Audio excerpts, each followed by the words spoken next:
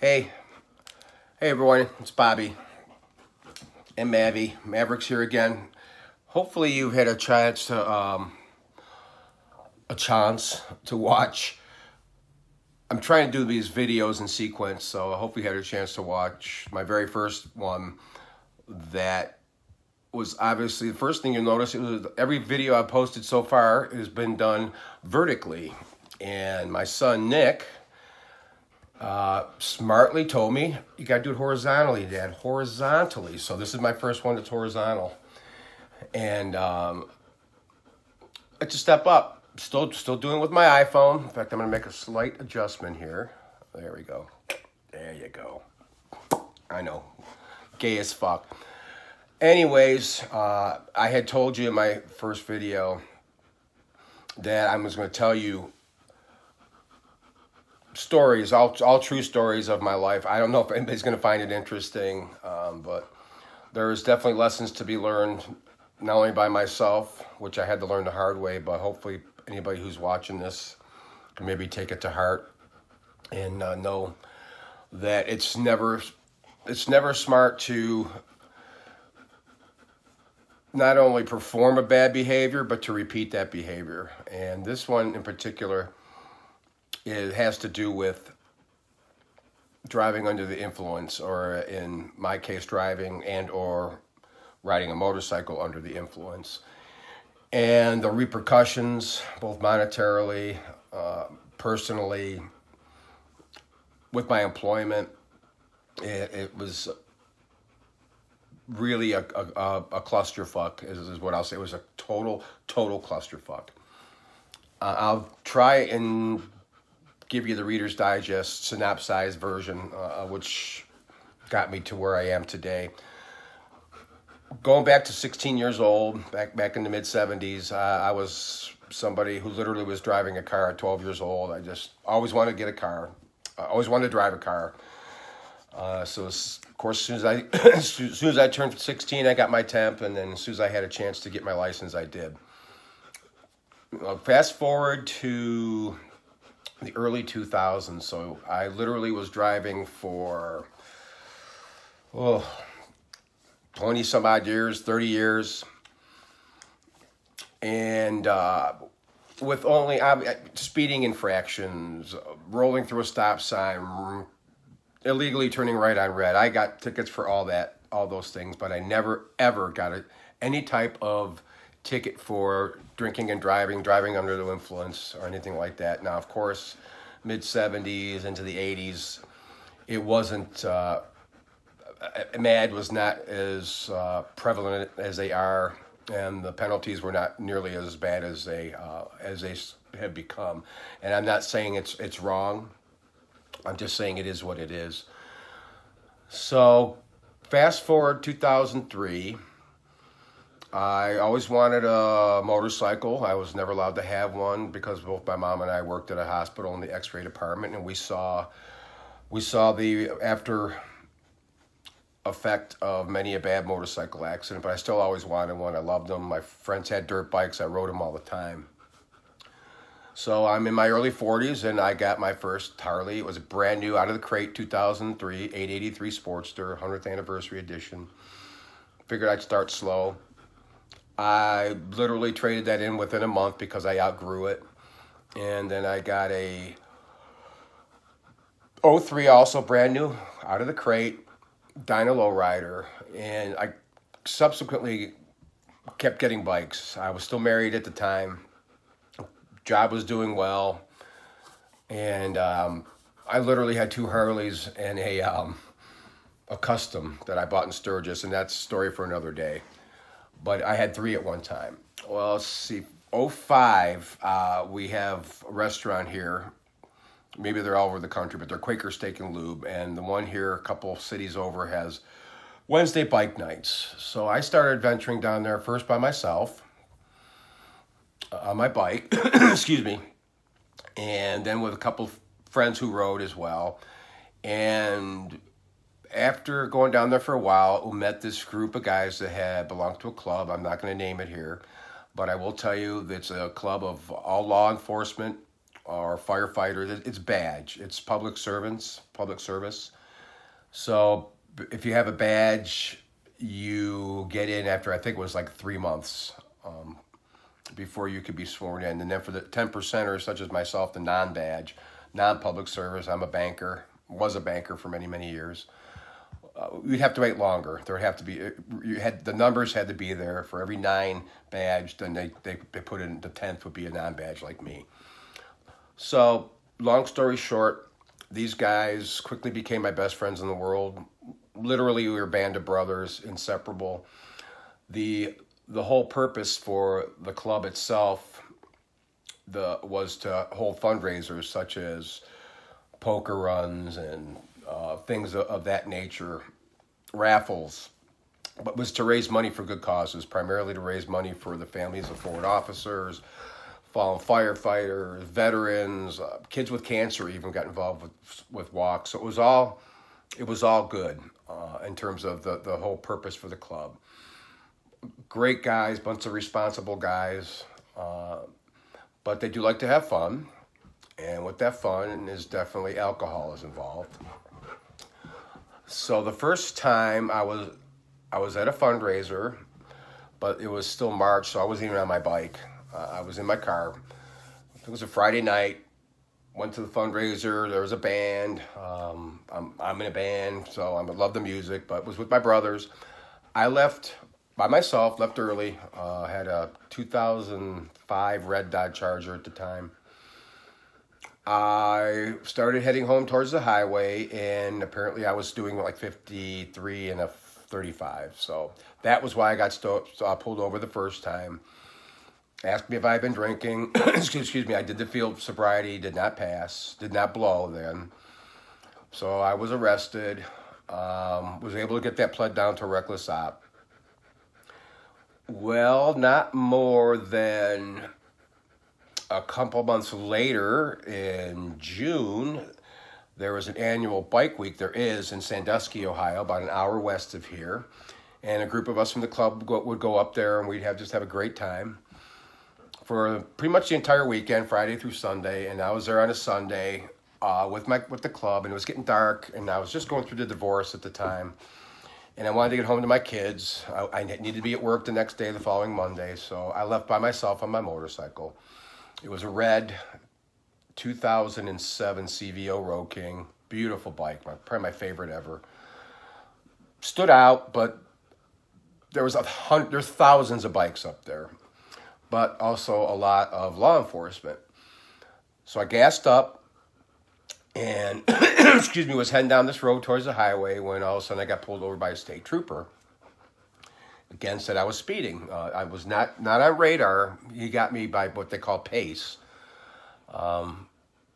Apparently, I didn't argue, but I refused the field sobriety. I refused to blow. I refused everything.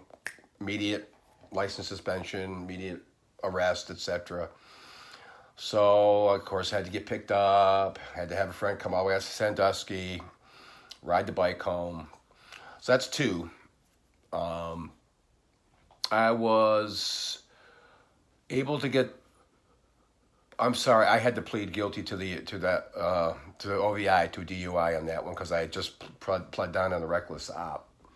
So that's 2006, I believe. Is it 2005 or 2006?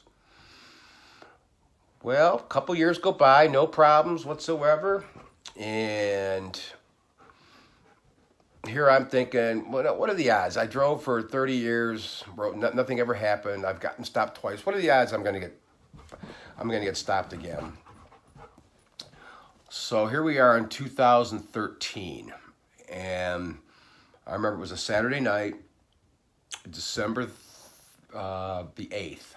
No. December, I think it was a Saturday in 2013, and it was going to be the club's Christmas party, their annual Christmas party. And I remember debating.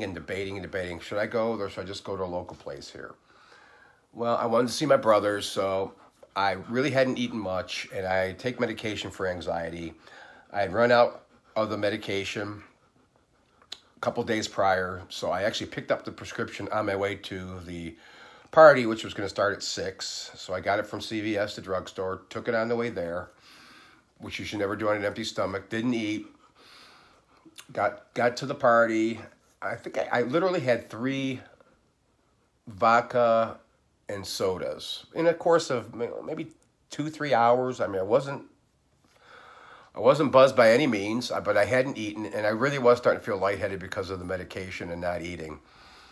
And of course, I drove, so I left about 9 o'clock. From that point, I have no fucking clue what the hell happened. I was fine when I left, but I was not fine the rest of the night. I apparently, at 9:30, 9:45 Saturday night, literally pulled into a turning lane of a busy intersection, the opposite way of my home. When you get off the highway ramp, going south on the highway, normally I should head east. Apparently I had headed west. I shut my car off, locked it, and fell fucking asleep at a red light. Apparently it went through 3 cycles. It should have been an arrow. Apparently it went through 3 cycles. People beeping. When next thing I know, the cops are not. I'm thinking I'm at home. I'm literally thinking I'm home in bed when they're waking me up. And so again, I refused the breathalyzer. Refused the field sobriety. During the course of my years with the club, I got a CCW, a concealed carry. Had it under my car seat, loaded. Well, that's a felony in the state, to have a loaded handgun when you're drinking and driving. So through the system, through all the money, the thousands I spent, I can't even tell you. The embarrassment to my kids. I made a plea agreement with my attorney that I would plead guilty to a second OVI if they would throw out the felony charge, because you don't want that on your record, obviously. So through the course of those years, I got 2 DUIs and a reckless op, and I think there was maybe another reckless op thrown in there. All in the course of this 03 to literally a 10-year period. So that last time when I woke up in jail, first I woke up, I was disoriented, thinking, where the fuck am I? Oh, shit, I'm in fucking jail again. I made one of the most difficult decisions of my life, and that was I was going to have to disassociate myself, get away from the club.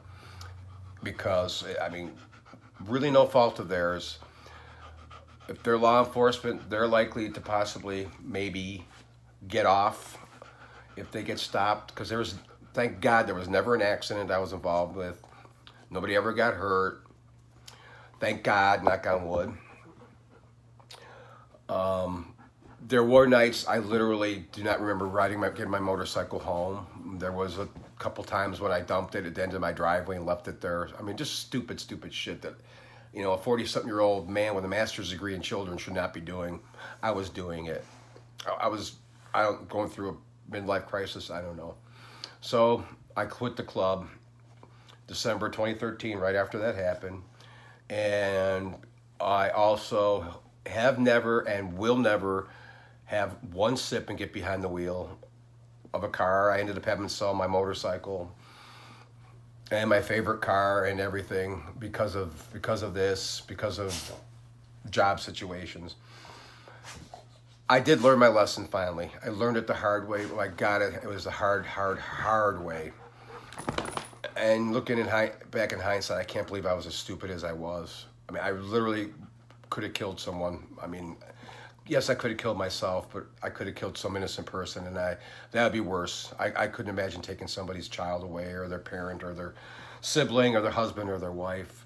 So I believe God was giving me a message. We'll never, ever have a sip, ever. But I continue to pay the price because that's on my record, 2 of them. And I hope if there's any future employers out there, because those 2, they show up on a background check, I literally could be the best candidate for a commercial banking job. In fact, I'm going to be honest and humble and say I have been. It's down to me and another candidate, and every time I get shut out because of those poor choices in judgment. When in reality, I am the least likely to ever drink and drive again. I'm working on a contract basis for an accounting firm now, but I've always been involved with business and business entertainment. There's a bar literally right behind where my condo is that I walk to. If I barely drink at all anymore. If I do, it's on the weekends, and again, I walk. But I think on any given night, 50, 60, 70% would probably not pass a .08 breathalyzer. I also know for a fact that I know other people that are professionals who have gotten OVIs and DUIs. Obviously, they'll remain nameless, but I am more dedicated to never doing it. I am more dedicated to being the best damn employee I can be. And that's what I'm doing right now on a contract basis. I bust my ass. I'm one of the first ones in the office. I've always been that way. Very motivated, very glad to have put all that bad behind me. And knowing that it'll never happen again. There are so many others working in an office environment that can't say that because you never know. They still drink and drive. I don't. So again, I would be a very, very safe bet to be hired because I have something to prove, not only to others and to my children, God bless them, but to myself. So that is my story. Don't ever drink and drive or ride. Get a ride, call Uber, just don't do it, walk. It's just not worth it. It's just not worth it because I have the emotional scars that are going to be with me forever, but I did finally learn. There will be other stories that are offshoots of this, but I wanted to share that with you. Hope I didn't bore you.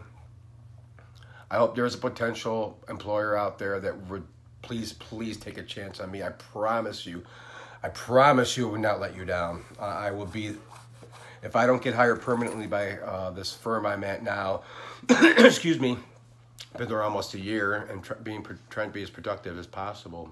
It's basically selling accounting services. I promise you I would be the most dedicated, motivated employee you would ever have. I really do appreciate you listening, anybody who listened to this, and I hope you take some of it to heart. So until later, adios muchachos.